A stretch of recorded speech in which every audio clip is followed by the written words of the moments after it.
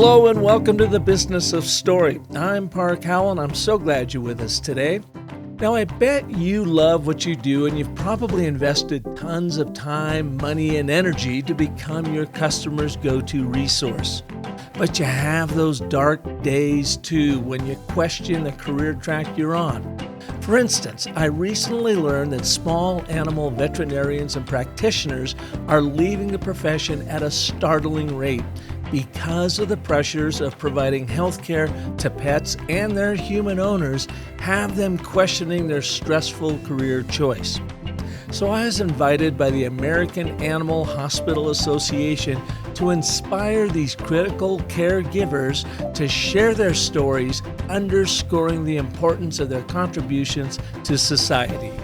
Today, you'll hear 5 stories that demonstrate how important it is to truly understand why you do what you do, to overcome the doubt and exhaustion you experience when you find yourself, in your career doghouse, and how you can emerge with your tail happily wagging.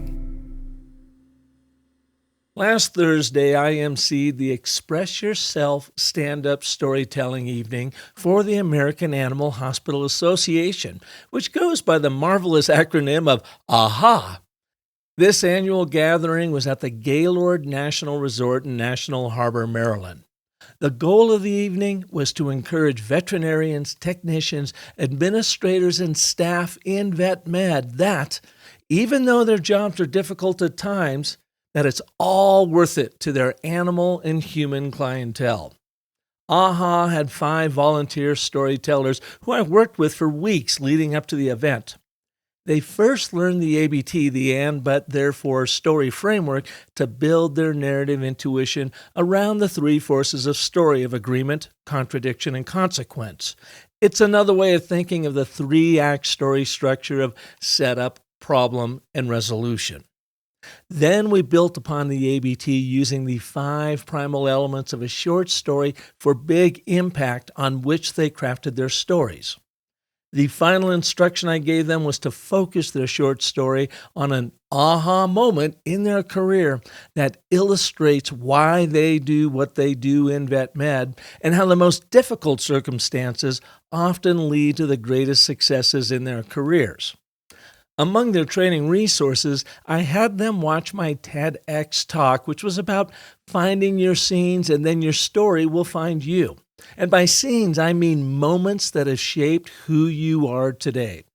I also had them watch Steve Jobs' legendary 2005 Stanford commencement address, where he uses 3 powerful personal stories to illustrate his professional points. Links to both those videos, by the way, are in the show notes so you can check them out.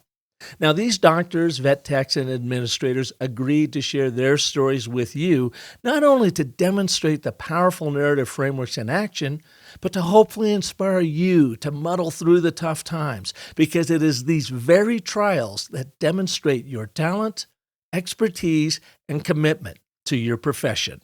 Plus, if you're trying to motivate your people, these stories are great models for how to do just that.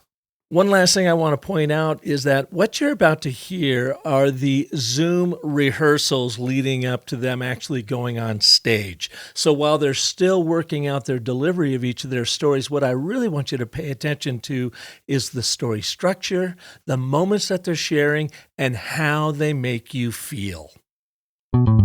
I remember standing with Jim looking down at Ollie's body. Jim had tears running down his face, and he gently stroked Ollie's ears. I don't know what to do. He said, I don't want to go home. I don't know if I should get another dog. Hi, Lucy. We have a cat with a diaphragmatic hernia. How quickly can you be back at the hospital? I closed my eyes in disappointment. Okay, give me 35 minutes. I put back my scrubs on. I swung by 7-Eleven for an extra large watery coffee and drove 25 minutes back to work. Tired, heavy eyes and all. I walked into the ICU and there was Jasper, a beautiful white cat in sternal recumbency, struggling to breathe in an oxygen cage. So when I came to the first horrible moment for me of firing someone, I realized it's really about the team. It's really about that tribe. Who fits in? Sometimes it's just a bad fit for that person or for the hospital. So we prioritize the team. Was the one that should fix that. And I couldn't. So needless to say, I really started to question what am I doing? And I would say to my husband, do I need to leave the profession I love and find something else? It was traumatizing to me, and I couldn't imagine what I was going to do. And then that one day was perfectly clear. I had an elderly client come in. I rode the school bus an hour and a half to and from school every single day. And man, oh man, did I envy those city kids, because they had fancy TVs and they had oodles of friends. I had encyclopedias, which I read cover to cover. I also had puzzles, and I had a ping pong table. Little did I know how those puzzles and ping pong games would truly shape my character and prepare me to succeed in life. The first story is brought to you by Dr. Gwen Gadd, who started life dreaming of being the first female goalkeeper on the U.S. Olympic soccer team, then explored special education, chemistry, and being a veterinarian technician before landing her now dream job as a veterinarian. She currently works as a staff veterinarian at the East Bay SPCA in Oakland, California. Do you remember when you first entered the veterinary field? You may have imagined treating fluffy animals that always got better, and clients who listened to your recommendations then left 5-star reviews. But maybe now you're feeling discouraged and exhausted because so many animals come in with preventable problems. And the clients, well, they don't always have the money to give needed veterinary care. You need to run a profitable practice, but they accuse you of not caring because you can't give away your services. I'd really like to share something that's happened in my life that's reminded me how important the little things we do every day helps our patients, their families, and ourselves. You see, about 20 years ago, I worked in a full-service veterinary practice in Denver, Colorado. It was a gorgeous spring day with the tulips peeking through the ground and the last snowstorm kind of melting away into the mud. And on this kind of day, this is where I met Jim and his dachshund, Ollie. They'd come in for a routine exam, and it was evident that they adored each other. Probably the most obvious sign was Ollie's shape. He was just kind of round, and his belly hung about half an inch above the ground. When he looked at Jim, his tail spun like a propeller. The three of us really got to know each other in all the visits that we had, and each time I learned a little bit more about them. You see, Jim, he was a firefighter who lived now in housing on Social Security. He had been able to come to us because of our financial assistance, our payment plans, and slightly lower costs. He had to stop working because of his drinking, and now Ollie helped him stay sober. They did everything together, and at every visit, Jim would tell me about Ollie's latest adventures while Ollie gazed at him in adoration. I did my best to convince Jim not to feed Ollie every single treat that he asked for. One day, Jim came in because Ollie wasn't eating, which for Ollie was a very bad sign. I did an exam and we ran some tests while Jim comforted and worried about Ollie. And it turned out Ollie had inoperable liver cancer. He did okay for a short time on palliative care, but it wasn't long before I saw Jim for Ollie's euthanasia. I remember standing with Jim looking down at Ollie's body. Jim had tears running down his face, and he gently stroked Ollie's ears. I don't know what to do. He said, I don't want to go home. I don't know if I should get another dog. And I don't think I ever have the right answer to that, but we talked about how everybody mourns in their own way. and that he would know when it was the right time. We parted and promised to touch base the next day by phone. Imagine my surprise when Jim answered the phone and I heard a puppy barking in the background. He told me with the happiest sounding voice ever that he just knew if he went home alone, he'd start drinking and he'd never stop. It was probably about a week later when I got to meet Buddy in person for his first puppy exam. And he was the most fit, most energetic, most sharp-toothed puppy I had ever met in my life. And Jim was over the moon happy. Over the time I was at that clinic, Buddy and I were able to build quite a relationship. And I was honored to watch his waistline expand rapidly with Jim's love. Now, Jim taught me so much. He taught me most of all that there's no end to what pets and people can give each other. Some people may judge Jim for having an animal when he didn't have the money to care for it the way they thought was right, but he was doing the best he could with a difficult situation, and he gave his dogs the best. Through creative payment options and treatment plans, we can help families stay healthy longer. And really, doesn't it feel better to help than to not? If you can't do that in your own practice, then look up for the local clinics that can and the programs that can help. That way you're not sending them away. You're sending them to what they need. I know that by creating space for those in need, you will remember why you entered this field in the first place. Thank you. To me, Dr. Gadd's story underscores one of those really prominent storytelling points, and that is your story is not about what you make, but what you make happen in people's lives. In this case, certainly she was caring for Ollie, and they ended up having to put Ollie down, but it was about Ollie's owner and the impact that Ollie's death had on him, and then finding that new puppy. And that is really an inspirational story to get you through the tough times because there's always a light at the end of the tunnel. Now, next up is Lucy Welch. Lucy is both a licensed and certified veterinarian technician. She is currently the nursing manager for Veterinary Emergency Group in Paramus, New Jersey, and is just about to earn her MBA. And I think we've all been in a similar situation that Lucy is about to share. So Jasper had been hit by a car and had no chance of survival without swift surgical intervention. I remember it was the winter of 2021, and after my 12-hour shift in the surgical department of a large ER specialty hospital in Paramus, New Jersey, I got into my freezing cold white Volkswagen Passat and drove home into the darkness. My feet and back throbbed as I walked into my apartment. I was absolutely exhausted. I removed my shoes and was so eager to lay down and rest. My fellow on-call anesthesia technicians knew what happened next. In a Shyamalan twist, my phone rings and I knew who was calling. Hi, Lucy. We have a cat with a diaphragmatic hernia. How quickly can you be back at the hospital? I closed my eyes in disappointment.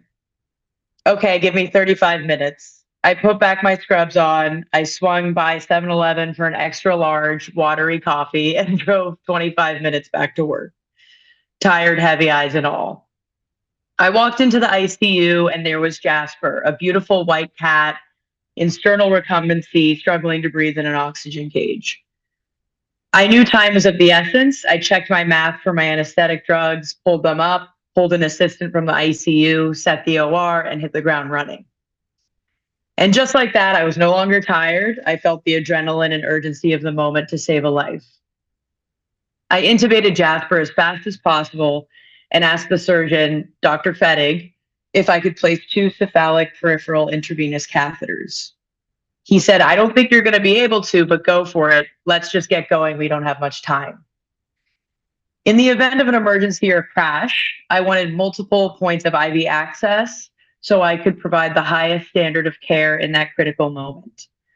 My fellow LVTs, you know how good it feels to be able to place that impossible catheter on the first try, let alone 2 of them. And guess what? Jasper ended up needing pressors like norepinephrine. So the small detail ended up making a huge difference. We rushed the patient into the OR and began surgery immediately. Slowly, we began to see the patient's low pulse oximetry, tachycardia, tachypnea, and arrhythmias resolve as the surgeon relieved compression of the heart and lungs. Jasper was in a much better place medically. He responded to norepinephrine and surgical intervention.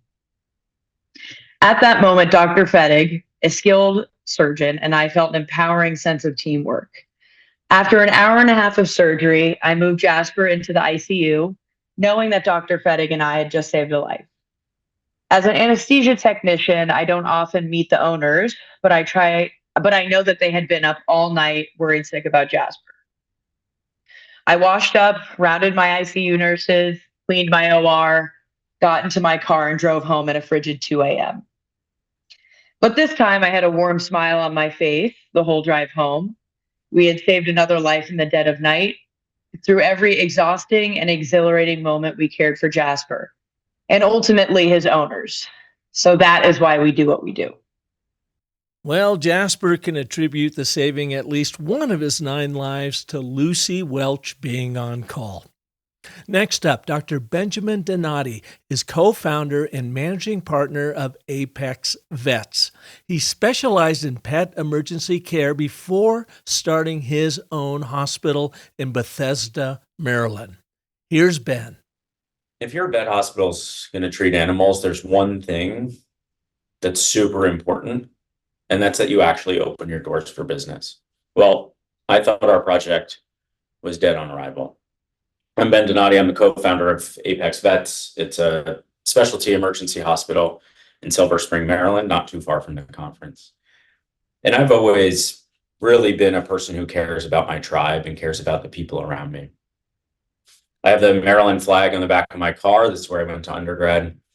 I proudly serve on the admissions committee at Penn, where I went to vet school.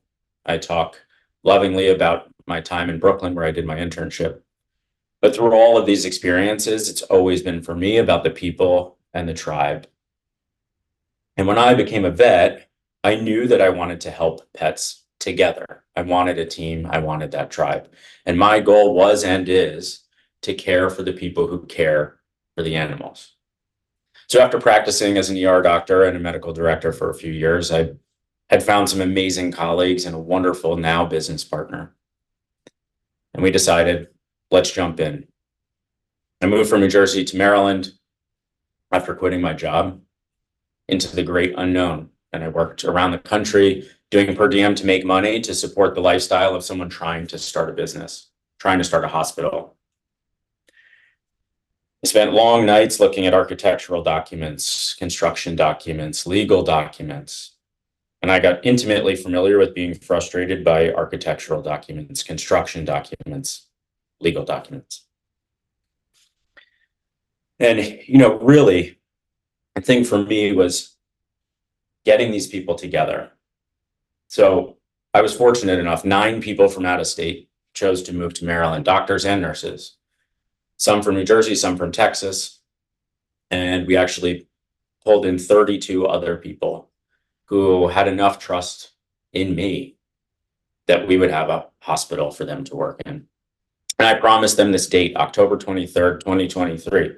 October 23rd, 2023. You can all move here. You can buy a house. You can get an apartment. It was all predicated on hearing that from the contractor. So October 23rd, 2023 came, and it was actually my proudest moment as a young entrepreneur and an emergency vet. It was a culmination of friends, colleagues, sweat, tears, all coming together. Everyone came into the building, and it was wonderful. We had coffee together. We're building towers out of spaghetti and marshmallows, painting pumpkins, getting to know one another. And it went on Monday and Tuesday. And then Wednesday, we're having this nice lunch outside, beautiful fall day. Ellie Diagnostics, this independent lab, is sponsoring a lunch for us. Contractor pulls me aside and says, hey, you guys have 30 minutes. You got to get all your stuff. You got to get out of the building. Electrical inspector drove by. They're not happy that there's so many people in the building. There's stuff we still have to do. You got to get out. There's going to be a massive fine, and we're going to shut down the project if you guys don't. So rather than vomiting in front of 40 people, I went to my business partner and told her, and she actually laughed and said, well, this is an opportunity to build some trust with the tribe you talked about. Roll with the punches. So gathered them all together, said, hey guys, it's just like medicine. You never really know what's going to happen. This wasn't expected, but let's deal with it. Sent everyone home. And, it was really a gut-wrenching moment for me at first, trying to gain the trust of so many people who I had recently met and keep the trust of so many people who had moved down. There was an unknown for them. Other than their paycheck, we still paid everyone. It was, I think, tough for people to go home. But over the next 2 weeks, did some trainings online, emailed each other. Everyone came back and had that trust. And then we actually started practicing together and realized we weren't who we wanted to be. That trust was kind of getting lost. It felt like no one liked anything. Everyone was just talking about their old hospitals, the way they used to like doing things. And I realized that in a place that's predicated on that team and that tribe, some people sometimes just don't fit. And sometimes treating people right is treating people fairly. So when I came to the first horrible moment for me of firing someone, I realized it's really about the team. It's really about that tribe. Who fits in? Sometimes it's just a bad fit for that person or for the hospital. So we prioritized the team. Didn't feel that way for a lot of people, and we felt like we were being the place of just letting people go, or people are just leaving. They're upset. But then slowly kind of crept over the next few weeks. Some young leaders who we had identified came to us and said, hey guys, we're actually building something really great here. We know it was tough. We know we had some turnover, but everyone's pretty much bought in. So we've seen the right people for us stay, and we've fed into them and want to continue feeding into them. And I want to continue caring for the people who care for the animals. And I think hopefully we're learning as a team that this is how we build our tribe. Could you imagine going out on a limb, getting all of those loans to build your hospital, bringing in veterinarian practitioners and doctors from around the country, only to have it nearly close before you even opened it? And then once you think you've got your team right in place, well, you realize that you got to kind of vote a few people off the island to make your team even stronger. We've all been there. If you've been running a small business, you know how difficult it is to get up and running. And Ben's is just another inspirational story of we have to persevere in order to have the impact in the world we want to make. Thanks, Ben, for sharing your story. Next up comes Stacy Wheeler, who is a practice manager at Animal Care Center in Danville, Pennsylvania. Stacy has been in veterinary medicine for over 20 years and has a terrific story about how a positive attitude makes all of the difference. Here's Stacy. Hello, everyone. It's great to be here with all of you in the veterinary field. I just wanted to share something that I've learned in my 18 years of veterinary experience, that if you enter every situation with a positive attitude, you're going to get a positive result. And let me tell you how I learned that. When COVID started and began to spread across the world, it sent everybody, including myself, into an upheaval. Patience were tried, and actually kindness was really lacking a lot. Several interactions that I can vividly remember that stayed strong in my mind still are strong in my mind today. I had a client scream at me and accuse me of losing her puppy in our hospital and not wanting to tell us, because, we all do that every day. And also, I had another college student that insisted that we sent home a different cat after surgery because the cat she brought in had a lot more energy and more playful, and now this one isn't. Another thing that we do every day, send home the wrong cats, right? Well, that was a tough one to convince otherwise because she believed that. The last one I really, really remember was an elderly gentleman who held me personally responsible for shortage of the prescription cat food that they were having during the time of COVID. You couldn't get that, a lot of manufacturers. And he held me responsible, even telling me that if his cat should die, the blood will be on my hands. What do you say to something like that? It was my fault. The inconvenience of that being out of that food was my fault, even though it was a totally different business. And in his eyes, I was the one that should fix that. and I couldn't.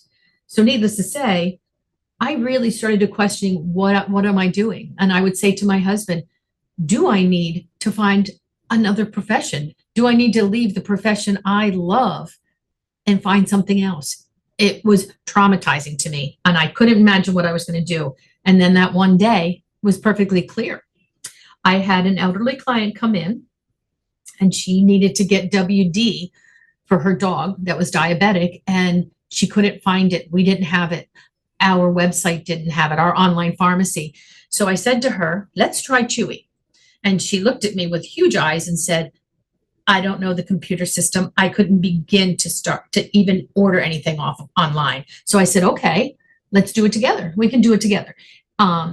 Making a short story long, we did that. I signed her up for it. I suggested that she go on to auto ship so she wouldn't have to do it monthly. And lo and behold, her dog got WD every month. Great story, good ending, but it didn't stop there. The next thing I knew, I came into work one day and there on my desk laid a card with my name on it. It wasn't my birthday, wasn't Christmas. I opened it up only to find that it was a huge thank you card from her stating how much everything I did for her meant to her, with a $50 card in there for whatever I wanted to be used for. That totally changed my thought. This Labor Day, she sent me a text message saying, have a great Labor Day, with the labor being in quotations because of all the labor I put forth to make sure her dog stayed healthy. That's when I realized that every situation that you enter in a positive manner will end up with a positive result. And I'm still in the veterinary practice today. Gosh, COVID was difficult on all of us. We were all under a lot of stress, and we probably didn't always exhibit our best character traits, right? And Stacy certainly has felt that, as so many practitioners did, in just dealing with humans going through some of the worst of times. But she underscores through her story how positivity wins the day every day. Finally, you will love Dr. Melissa Magnuson's story. She owns 3 AHA accredited veterinary hospitals, all located in New Hampshire, and has been practicing medicine for over 26 years. Melissa has trademarked her groundbreaking professional training program called Conscious Care. She is known as the Conscious Vet on social media, so check her out. And she is the best-selling author of the book Animality: How Pets and People Connect. Watch your thoughts. They create your words. Watch your words. They become your actions. Watch your actions. They become your habits. And watch your habits, because those become your character. And watch your character. It becomes your destiny. You are building character, Melissa. My father would often tell me, but I was pretty sure I already had enough. I grew up on a small pig and cattle farm in southern Minnesota, about 25 miles from any civilization. At least that's how I viewed it. I rode the school bus an hour and a half to and from school every single day.